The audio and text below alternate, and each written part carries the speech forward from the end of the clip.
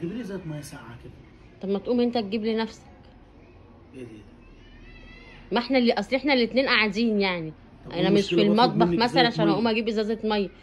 ما تقوم انت تجيب لي نفسك ازازه الميه.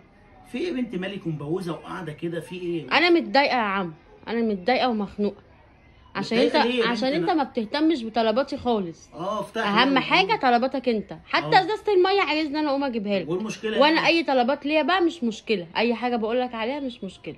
طب طلبات ما ايه بتفتكرنيش باي حاجه. طلبات ايه اللي انا قصرت معاكي فيه؟ النهارده الفالنتاين، هان عليك تجيب لي حاجه؟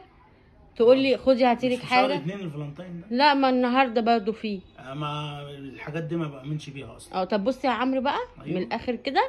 انا عايزه مصروف شخصي ليا انا. مصروف شخصي كده تدهوني. أيوه. تضحك على ايه؟ انت بتستهزأ بكلامي ليه؟ والنبي بتتكلمي جد؟ والله بتكلم جد. بتهزري.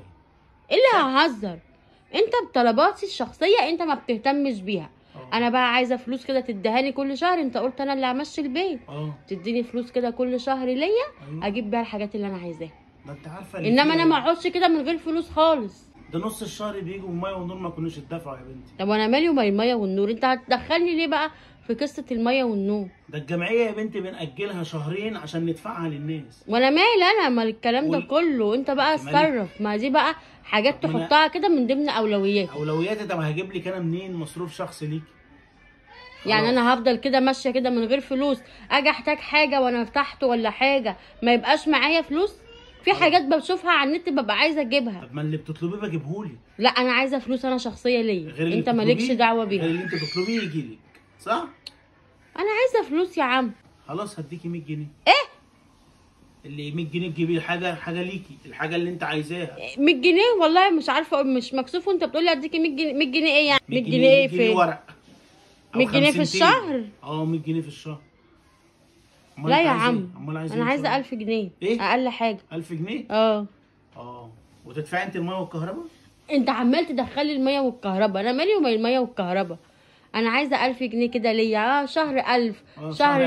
شهر لا يا عم، مش معاك ال1000 كله يا ستي. لا خدي شهر 2000. انت بقى عمال تتريق وانا يا عم بكلمك في الموضوع ده بجد. انا عايزه مصروف شخصي ليا. طب اقول لك على حاجه، شوفي حد يديكي مصروف شخصي ويديني انا كمان مصروف شخصي. يعني انت كده هتقلبها هزار بقى؟ مش هقلبها هزار، اصل منين ما انت عارفه اللي فيها يعني. بنتي ده الشهر بيمشي معانا بالعافيه، وبعدين اللي بتحتاجيه قلت لي هات بيبسي وانا طالع بجيب، عايزه لب بجيب. يعني انا عايزه مصروف شخصي عشان اجيب بيه لب وبيبس؟ انا ليا طلبات انا عايزاها. الطلبات اللي حضرتك عايزاها عشان ممكن احطها في الجدول بتاعي. يعني قولي لي ايه طلبات حضرتك؟ انا لازم يبقى معايا فلوس يا عم. ماشي. انا بمشي كده ما بقاش معايا فلوس. انا قلت اسيب لك 100 جنيه. 100 جنيه؟ قولي لي بقى انت هتجيبي ايه اللي ناقصك تجيبيه؟ لازم يا عم، لازم يبقى، مش عايزه تجيبي ايه، لازم يبقى معايا فلوس. هو لازم وخلاص. انت يعني ينفع تمشي كده من غير فلوس؟ خلاص بقول لك ايه، هبقى اسيب لك 200 جنيه ومش عايز لك كتير. 200 جنيه؟ هتكتري مفيش خالص، هي 200 جنيه وحلو. ما اعرفش اجيب بقى ايه ال 200 جنيه دي والله. هاتي ازازه الميه بقى وخلاصي بقى. عشان هتديني 200 جنيه اقوم اجيب لك ازازه الميه. خلاص ما تجيبيش ومفيش خالص، وانا هقوم اجيبها لنفسي. انت بتعمل ليه كده؟ انت ما بتهتمش بيا اصلا. ازازه ميه ب 200 جنيه يا مفتريه. يلا بقى.